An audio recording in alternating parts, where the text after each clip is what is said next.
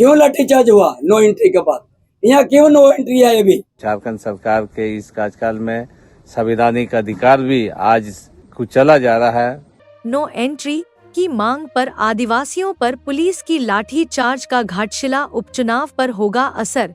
घाटशिला उपचुनाव के कुछ दिन पूर्व नो एंट्री की मांग को लेकर पश्चिम सिंहभूम जिले के चाईबासा में आदिवासियों पर हुए लाठीचार्ज से घाटशिला उपचुनाव पर क्या प्रभाव पड़ेगा, यह झारखंड मुक्ति मोर्चा के नेताओं के बीच चर्चा का विषय बना हुआ है।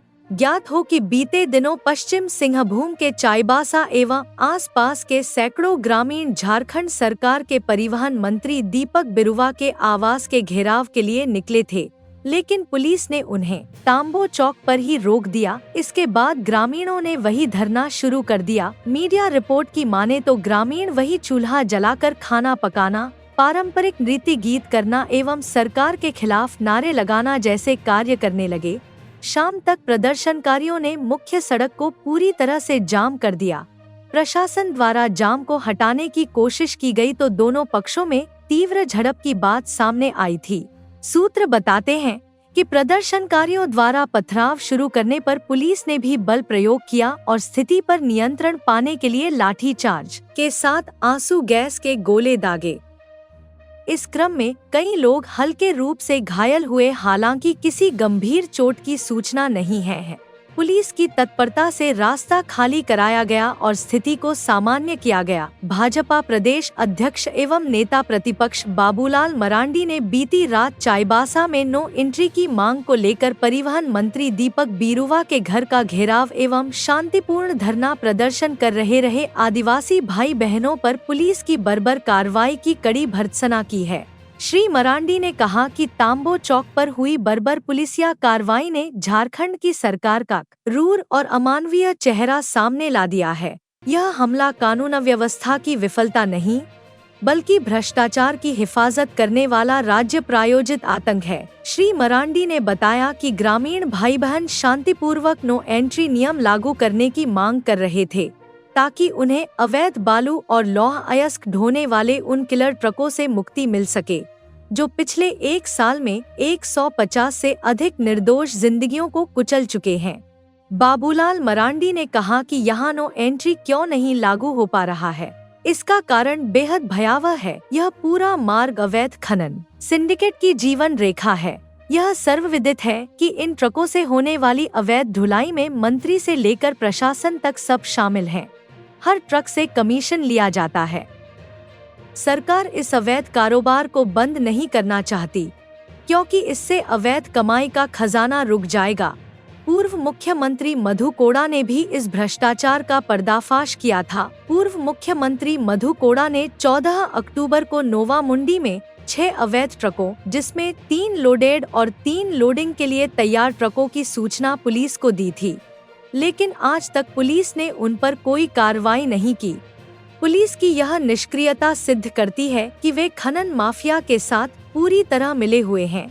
झारखंड के पूर्व मुख्यमंत्री एवं सरायकेला के वर्तमान भाजपा विधायक चंपई सोरेन ने भी इस घटना की कड़ी निंदा की है।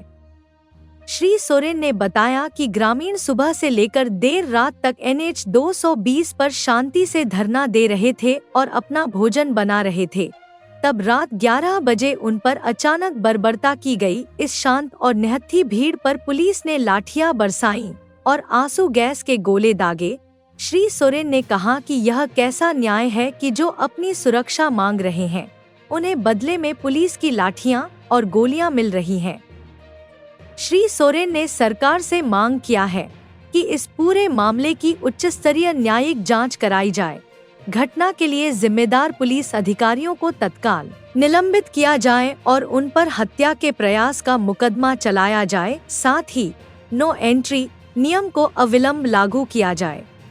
27 तारीख के रात तांबो चौक चाईबासा में अपनी मांग को लेकर के, नो एंट्री के मांग को लेकर के ग्रामीणों के द्वारा आंदोलन कर रहे लोगों के ऊपर में झारखंड सरकार, हेमंत सरकार की पुलिस प्रशासन के द्वारा बेरहमी से लाठीचार्ज, आंसू गैस छोड़ने का और उसे केस मुकदमा फंसा कर जेल भेजने का यह घोर इसका निंदा करते हैं।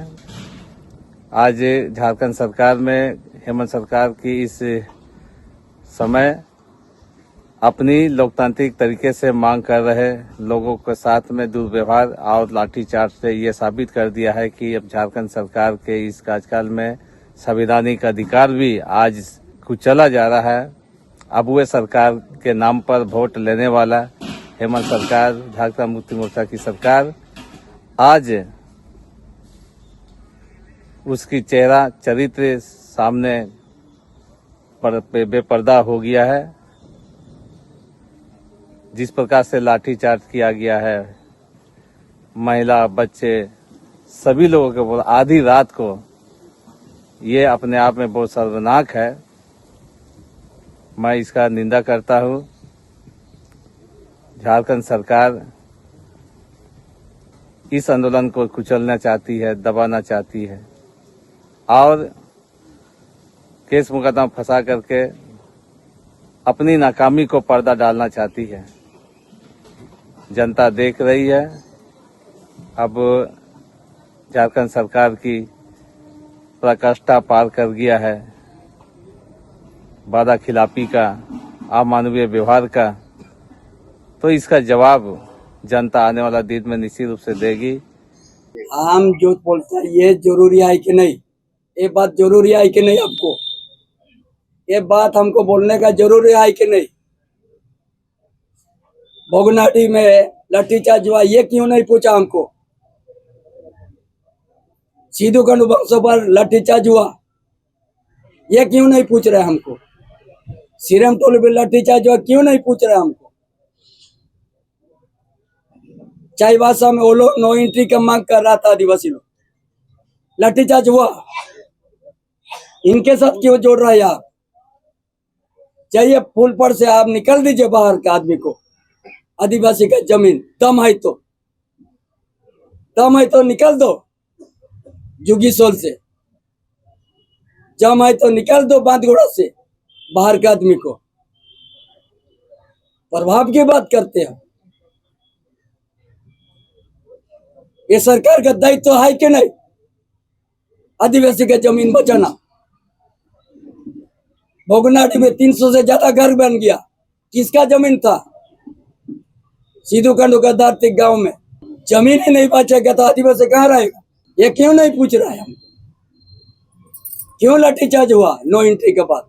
यहाँ क्यों नो एंट्री है। ये भी शहर में हमने कहा अब तो वहां पर माइनिंग हो रहा है, दिन रात गाड़ी।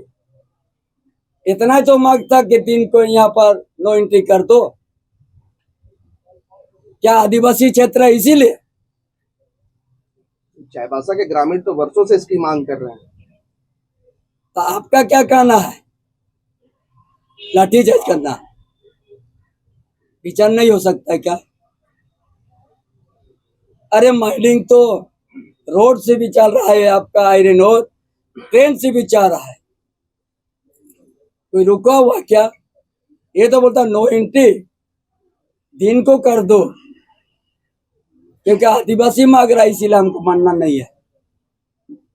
यही ना मीनिंग निकलता है।